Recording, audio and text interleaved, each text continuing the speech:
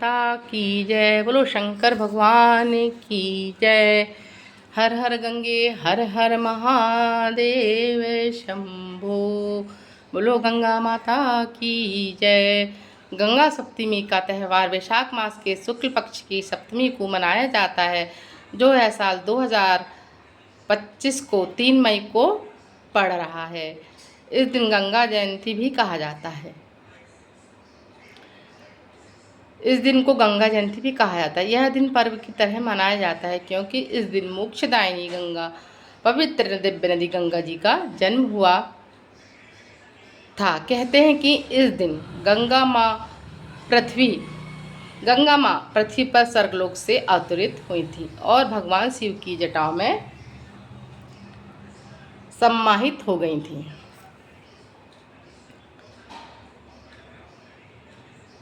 गंगा सप्तमी पर गंगा स्नान करने का भी विशेष महत्व है क्योंकि इस दिन गंगा जी पृथ्वी पर आई थीं। इस दिन गंगा जी से स्नान करने से सभी पापों से मुक्ति मिलती है और व्यक्ति को मोक्ष की प्राप्ति होती है। गंगा सप्तमी के दिन विशेष पूजन अर्चना दान पुण्य का भी बहुत महत्व है। गंगा सप्तमी की कथा। गंगा सप्तमी की कथा। गंगा सप्तमी से जुड़ी कई पौराणिक कथाएं हैं जो यह बताती हैं कि देव नदी गंगा ने जल रूप में देवी गंगा सप्तमी से जुड़ी कई पौराणिक कथाएं बताती हैं कि देवी गंगा ने जल रूपी नदी का रूप कैसे धारण किया, अर्थात एक नदी के रूप में उनका जन्म कैसे हुआ। एक पौराणिक कथा के अनुसार एक बार ब्रह्मा जी ध्यान में लीन थे, तभी विष्णु भगवान जी वहाँ पहुँचे और विष्णु को देख ब्रह्मा जी ने अपना कमंडल उठाया और कमंडल में रखे साधारण जल से भगवान विष्णु जी के चरण धोए। फिर ब्रह्मा जी ने भगवान विष्णु के चरण से स्पर्श हुए जल को वापस अपने कमंडल में भर लिया। उस जल में इतना तेज था कि उससे एक देवी उत्पन्न हुई। उस जल में इतना तेज था कि उससे एक देवी उत्पन्न हुई जिसका नाम ब्रह्मा जी ने गंगा रखा और उन देवी के जन्म से एक ऊर्जा पैदा हुई जो ब्रह्मलोक समेत समस्त लोकों में मौजूद नकारात्मक शक्तियों को नष्ट करने लगी।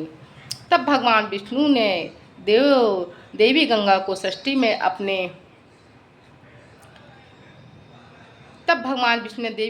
सृष्टि में माँ के रूप में पूजे जाने का वरदान दिया। तभी से इस दिन को गंगा सप्तमी के रूप में मनाए जाने लगा। बोलो गंगा माता की जय। हर घर गंगे हर हर गंगे। बोलो गंगा माता की जय। जब माँ गंगा को जाह्नवी नाम पड़ा। एक अन्य कथा के अनुसार गंगा सप्तमी के दिन गंगा नदी का पुनर्जन्म हुआ था।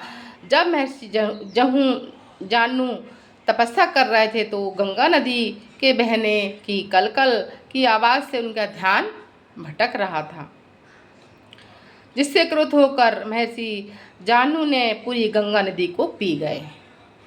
बाद में देवी देवताओं की प्रार्थना करने पर उन्होंने गंगा नदी को अपने दाएं कान से बाहर निकाला, जिससे माँ गंगा का पुनर्जन्म हुआ। लेकिन तब से ही गंगा नदी को जाह्नवी का नाम मिला। बोलो हर हर गंगे हर हर गंगे। गंगा सप्तमी के दिन हमें क्या करना चाहिए?